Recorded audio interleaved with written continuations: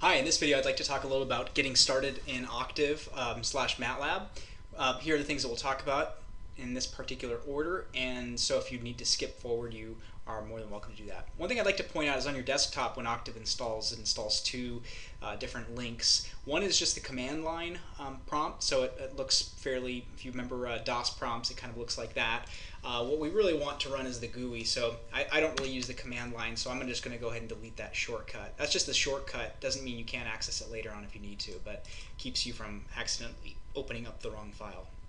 So here we are, we're in Octave, and to talk a little bit about these different windows here as this thing boots up, what we have is we have the command window. This is where we get to type all of our commands, as you might guess, and this is where also some of our solutions appear. The file browser is, the current directory, which is the same as the file browser here. Here you can actually just see what those physical files are in that current directory. Is if I start saving scripts and functions like we later on will, then your current directory needs to be the directory in which that file is located. For example, I have one here called new test, and basically that's a function, and what that function does, it just creates a 3x2 matrix. Now you don't have this on your computer, so you can't run it. But mine actually does run because I have a file called new test here. If I just go up one level, and now I try new test, because that file is obviously not right now in my file browser, then Octave will say, I don't know what you're talking about. So whenever you get this error, new test undefined in your line 1, column 1, typically what that means is that you're in the wrong directory, that it's not located in that directory. So I'm going to back up and go to that directory again. You can also open these .m files. These are basically MATLAB files, and inside there you can kind of see what the code is. This is all comment. All this stuff in green here is just comment, so you don't even need that in there. You could delete that out of a file, wouldn't need to be there. And so this is what it does. It's a function, it takes two parameters, and it just creates a matrix of ones. It's n by m. So in any case, that is the editor, and you can close that. So if you want to edit files or create a new file, we'll talk about how you would do that later on. So obviously in the workspace, if you notice that once I click the new test 3.2, immediately what got created is a variable, as a system variable called answer, ANS, and this is the data type. If you don't have to worry too much about that. It's a 3x2 matrix that contains all ones. So everything in MATLAB and Octave is considered a matrix, whether it be a single value, like if I do 3 plus 3 in my command window, I get 6, and it calls it a 1 by 1 matrix. So everything is thought of as a matrix here. So in this workspace, this is where everything gets defined. So if I create a new variable and I give it a name, like let's just say my var for my variable, and I call this, I want to call this pi. Now, by the way, if you are looking for symbols, pi is reserved, so you cannot redefine pi, even if you try it. Octave will yell at you saying that you don't have access to change the assignment of that variable. So my var equals pi, and then immediately it shows me the output. If I don't want it to show me the output, I could put a colon at the end, and it'll still make the assignment of pi to the variable my var. It just won't display the output. Sometimes you don't want to show the output, especially if it's going to be 10 or 15 lines worth of stuff. So in this case, you can see my var is a 1 by 1 matrix. It has the value of pi. Now, if you type in my var, it'll probably show you. Right now, I think it's just the float is set to 4 decimal places, and I think you can change that by just saying maybe not. There's a way to change it, but 4 decimal places is enough for now. Okay, so now we want to take a look at some basic functions. Well, first of all, the command clear. If you get tired of seeing all this stuff up here, and you type in clear, oops, that just deleted all the variables in our workspace. So my var is not defined anymore. So clear actually clears out the variable assignments in your workspace, which might be desirable if you get a lot of clutter and you don't need those variables anymore. You can run clear. If you run CLC, that's clear the command window, and that will just take you back up a line. So CLC clears that. Clear clears out anything that you have in your workspace. All right.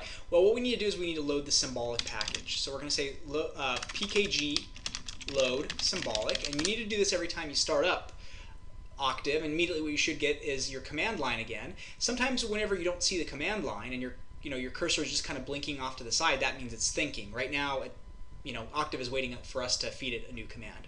So what I'm going to do is I'm going to use the function sims, and what that does is it's going to define 2 variables, and I'm going to say sims space x space y, and all that does is it boots up Octave SymPy, and then we'll take you back to your command prompt. And pretty soon here in the workspace, you'll see X and Y populate in here, and they'll be of class. They'll be called a sim to mean that there's symbols, meaning that those variables will not be assigned any values when we manipulate them. So if we integrate X, or if we integrate something with respect to X, then that will not change the fact that X is still a symbolic variable. It will not assign it a value unless we formally say let X equal 5.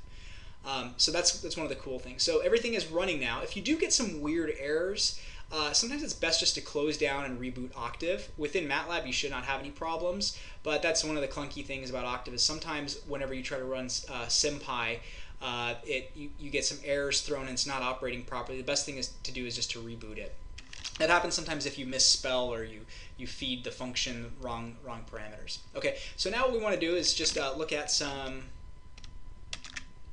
So we loaded the symbolic package, some algebra. So let's just say I want to perform some algebra here. I don't know, maybe what I want to do is I want to solve the equation. So I'll do solve parentheses x plus 4 equals 6. So I know that x is equal to 2. And by the way, whenever you're telling it what equation you want to solve, you have to use what's called a logical equal sign, which has to be an equal inside the parentheses. You can't just do x plus 4 equals 6, because then it'll throw back an error saying, well, no, x plus 4 isn't 6 because x is a symbolic class and 4 is a class of double. You can't add a symbol plus a double and get a double class value. So and now we could just close the parenthesis, and we can press enter, and then it'll tell us that the answer is equal to 2. So we've just solved that equation. What if I want to solve a system of 2 equations? Let's just say I want to solve x plus y equals 6. Again, I'm going to use double equal sign. Well, I'm just going to type in x minus y equals 10. Maybe that's my second equation. And right now if I press enter, it's going to be less than exciting. It will just return the scalar structure containing the fields, and it tells me that x is equal to 8, y is equal to negative 2. I can verify that. 8 minus 2 is 6. And 8 minus negative 2 is 10. So that did what it was supposed to do. We could also assign the answer to a variable. So for example, if I want to call D, I want it to store the results of x and y. Well, now what it does is it just created a structure. If I type in D, what it'll do is it'll spit out those answers. Maybe not in a way that I want it to spit them out. Another way to do this is to actually store the results into a vector, and a vector is created by using 2 square brackets. So I could say let x comma y equal the results of solving that process, and it'll return. I think it returns the variables in the order in which you type them in. So x and y equals solve. Okay, so there we go. And now it says that no, it doesn't actually store it in a matrix, but we're not going to need to do that. So just a couple of ways in which you can execute them. It tells us x is equal to 8, y is equal to negative 2. One of the other things that we often do in here is we want to do a partial fraction decomposition. So if you type in, I believe it's parfrac. Let me back up here a second. It's actually partfrac for partial fraction decomposition. If you've never done this before, then this might be a little bit foreign. But basically what we can do is we can take a function like 1 over x times x plus 3. And oftentimes, like when we integrate, this function is hard to integrate. But partial fraction decomposition, what it'll do is it'll try to split this fraction up into 2 simpler fractions containing a single x term in the denominator, or a term involving a single x, or 2 terms, but a single x in the denominator. So now if I typed in partfrac 1 over x times x plus 3, make sure to close my parenthesis. I need to close one more parenthesis because I opened up partfrac, but I didn't close it. Now if I press enter, it'll tell me it'll give me a weird thing. I don't know why it says 1 over 88, but oftentimes when you do partfrac, if you just tell it that x is the variable, looks like somehow x right now is taking on a value of 8. So what I'm going to do here is, I know this is wrong. I shouldn't get numerical results. Oftentimes if you get a numerical result when you're trying to do something symbolic, that just means that your variables have been somehow assigned values. Okay, there we go. So I've just run the sims x, y again because when I typed in what it showed me the value of x, it said x is equal to 8. Okay, so now I can run partfrac again, and now I should get a partial fraction decomposition. So that says that 1 over quantity x times x plus 3 is the same thing as negative 1 over 3 times x plus 3 plus 1 over 3x. And this is much easier to integrate because these are 2 natural log functions. So that's how we could do some basic algebra in here. Now, in terms of calculus, the things that we might want to do are an integral, and an integral is pretty easy to do. So we could do, let's do x times sine of x. Now, sine of x is just defined as sin parenthesis x close parenthesis. And now I can tell it what variable to integrate with respect to. That's often just a safe measure to say that this is dx. And now if I press enter, it gives me negative x times cosine x plus sine of x is the answer. The formatting of these answers is sometimes not pretty, but it doesn't have to be. It's efficient, and that's important. Now, if I change my symbol of integration to y, for those of you who've taken Calc 3, you're actually going to get a function that involves x times y times sine of x, which that's the integral if this is treated as a constant with respect to y. So in any case, it does matter if you change the integral the variable of integration, then it will change how it integrates your function. The other thing we could do is diff for differentiate, and then we could tell it to differentiate sine of x with respect to x, and then it tells us the answer is cosine of x, which we know that. Or I could tell it to take a quadratic function like x squared plus 3x plus 2, and it's going to yell at me if I don't put a multiplication sign there. That's kind of one of the things that frustrates me about using MATLAB or Octave. So you have to put a multiplication sign in there. Octave, as you know, is pretty good about telling you where the error is. So if it can find it, 3x, it says, there's an error there, which usually means it's a multiplication sign. So the derivative is 2x plus 3, as we would have expected. That's basically the type of calculus we'll need for now. So let's look at the next feature. We'll look at some plotting features like easy plot and plot. Now, easy plot is part of the symbolic package, meaning that it can do symbolic plotting. But this is plot function is numerical plotting, meaning that I can plot ordered pairs and the such and create scatter plots.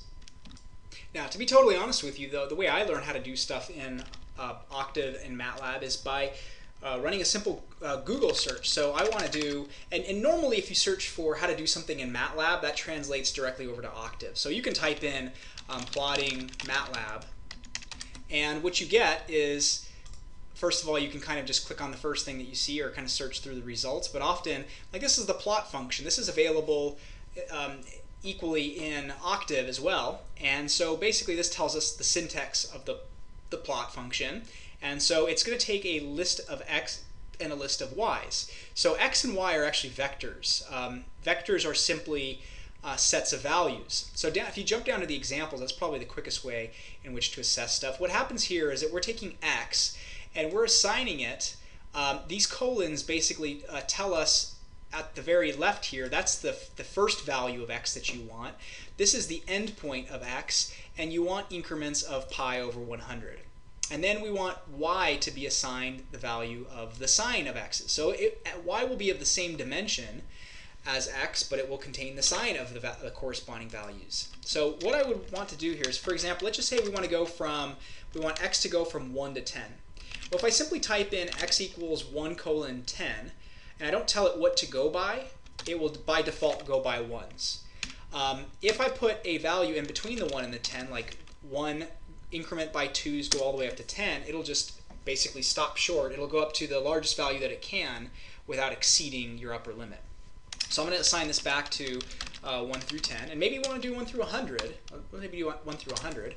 Well, first of all, you see that it spits out all of those values. This is where the semicolon operator is handy. If you just do semicolon, then you won't have to see all those values clutter up your screen. So I'm going to do a CLC here.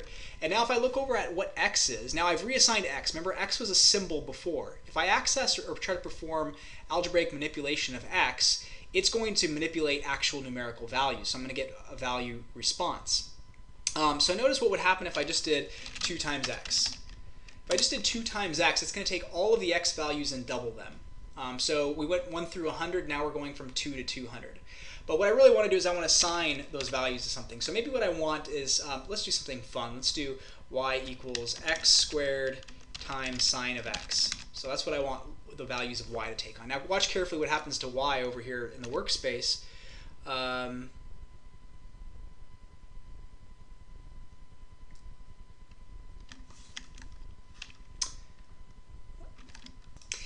The problem we're getting is because these are vector values, what we actually want to do instead of just multiply by, we want to do dot multiply. So it says this is telling us some matrix stuff, but A must be a square matrix. Use dot and then the operation for element-wise power. So what we want to do is we actually want to, let's see. Oh, actually, I think the problem lies in here. Dot, whoops, wrong place. X dot to the power of 2. And then we want to multiply element-wise by the sine of x. Okay, so notice there are all those values. And now it's asking us, do we want less, do we want more, or do we want to quit? Well, I want to quit because I don't want to see all those values. But now look at y. Y is assigned, if I look at what y is, I should be able to see all the numerical values. So now I can just do plot x comma y, and in just a moment I should get a window that pops up in my figure, and there is the plot of x squared times the sine of x. So a very cool plot, right? The actual amplitude is x squared as time progresses, and there's the function. So I can also do things like x label equals, and then I can do quotes to give it a label name, like hello. Maybe that's wrong. Yeah, so as I scroll down through some of the instructions here, it tells me I want to create a 2D line plot. Now you can give the plot a title, which you can probably look through a lot of this and see, okay, now if I want the title to be 2D line plot, oh, that's going to show up there. So I'm going to do title, and I'll do quote x squared times sine of x, just to indicate that's what I'm plotting. Now if I switch windows to my figure, you'll see that there it is, x squared times sine of x. And now if I do x label, and x label is a function, so I want to call this, these are the x values.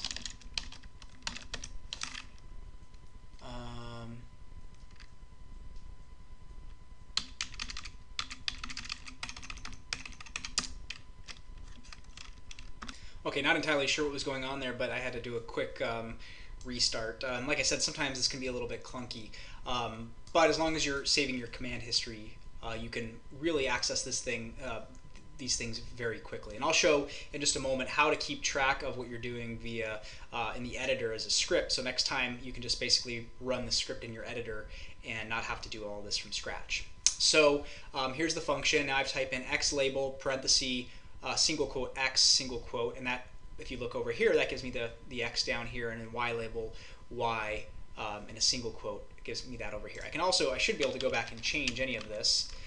This is, I actually meant to say that this is the output. So you can do any string that you want in there as well. So now it'll say that that's the output. And there are all sorts of formatting features that you can take on, that this can take on. You can kind of scroll through some of these if you want to change colors. Most of the time you'll automatically be able to change colors, but you can do these like changing the symbols and things like that, but that's something that you can play around with. And so here's some details on the MATLAB documentation page. So you can search for MATLAB documentation as well. I'll show you some documentation on, if you look for example, the symbolic package. I'll show you the documentation now. So if I look at symbolic package Octave, probably one of the first links it takes me to is symbolic package and SourceForge. That will allow me to download it, but if I look up function reference, this actually tells me all the function names for symbolic. So the cool thing is if you look for something like, I don't know, solve, maybe I want to try to solve something, so I'm going to go see if there's a solve function. Okay, well there's a solve function, there's a square root function. I click on solve and it gives me some examples of things that I can try to run and what those things will do. So there's plenty of documentation out there. I don't highly recommend the documentation within Octave. You can find some stuff in here, but I found it to be a little bit confusing if you go to the Documents tab or Documentation tab to try to look for things. The other type of function that we'll look at is easy plot. And so obviously the cool thing about this is that it joins all the points together. Well, there are ways to not join the points together, but that's something that you can look up to get more details on. Let's say what I really want to do is I don't want to create this vector. Maybe I actually want to plot a function. This is, all it's doing here is plotting ordered pairs and then joining them together. So what if what I really wanted to do was to actually plot symbolically? So let's just say I'm going to go back to calling x and y symbols. Oops, I actually need to load my package again. Package load symbolic. Okay, and now I can do sims xy, and so that will run. Okay, and so now I have symbols x and y that have basically been redefined. They're no longer vectors of values anymore. So now I want to do something like I want to do a plot. So this function called EasyPlot will allow you to plot symbolically. Now if you just try to do plot xy at this point, not going to get some very desirable results because it's expecting x and y to be arrays, for them to be some sort of vector. So if I do EasyPlot and I type in x comma y, what that will do is that will actually plot, oops, I did explot, EasyPlot of x and y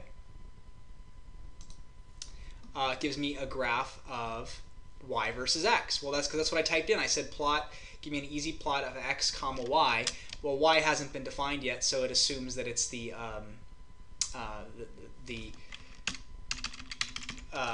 what do you call it? Unit function. So what if I did x comma x squared? So maybe I wanted to plot x against x squared. Okay, well now it'll actually show me a plot of that, and that's great.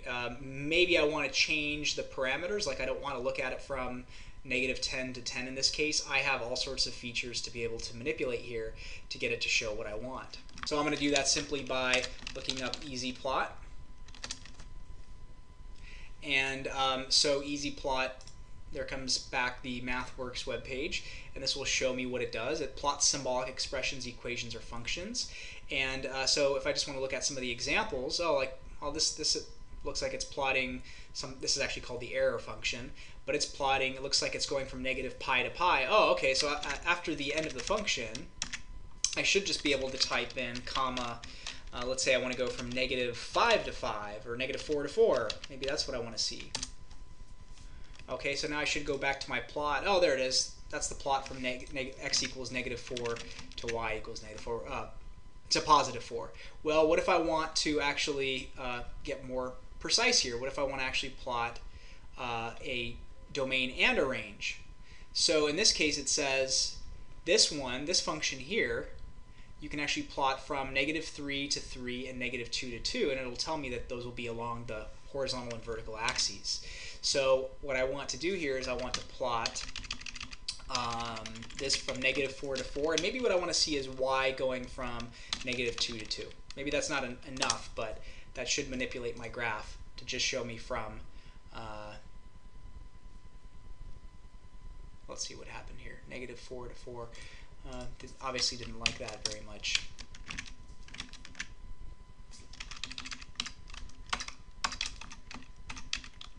Let's change this to 6 real quick just to see, make sure our window's updating. Seems to be updating for some reason.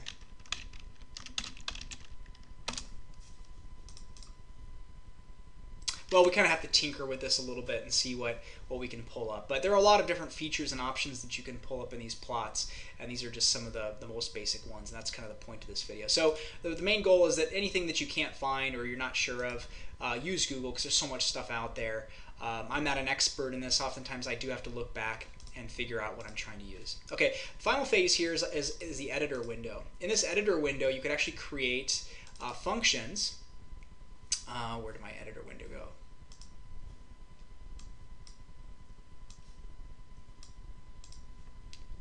Open up that editor once again. Okay, for some reason it's showing it outside of where I want it. Okay, so you can kind of move windows around in here, and then if you drag this guy down, you can actually see part of the editor window. So you can have multiple windows open here, and then you can actually see what's inside of your editor. And you can also move that to different spots, obviously, on your screen. Okay, so what I mainly want to show here is that a good way to ensure that, or good practice in general when you're coding, is to keep track of what you're doing, especially if you're doing some experimentation. You can always come back to, it's sort of just like recording before you run it. So there are two ways to actually open up a new file in here. You can do File, New File, or you can actually type in the name of the file you're going to create. So maybe I want to create a file called mytest.m. So I'm actually going to type in edit mytest.m, and it says file does not exist, you want to create it. Yes. Okay, so in my editor that file has been created, and right now it's trying to create a function, and it's trying to just generically create a function for me. I don't want it to do that, so I'm just going to delete everything that's in here. I just want this to be a script.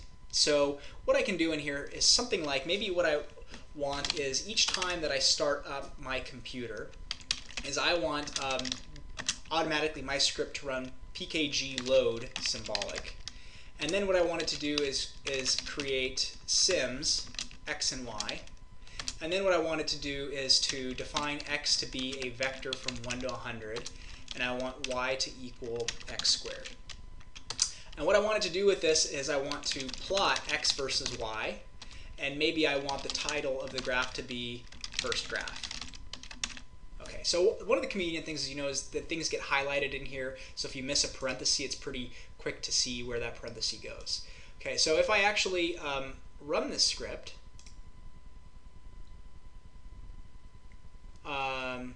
oops, I actually need to do the dot raised to the power of. So first of all, if it throws an error, then we know we've done something incorrectly. So in this case, it tells us that it's trying to do exponentiate a matrix and it's not working. So we actually need to do dot exponent too.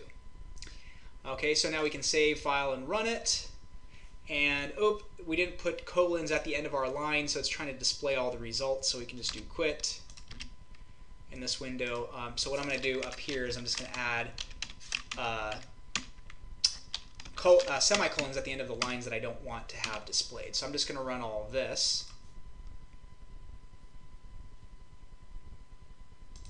And so let's see what happened. Did it create it? Yep, it created it. First graph right there.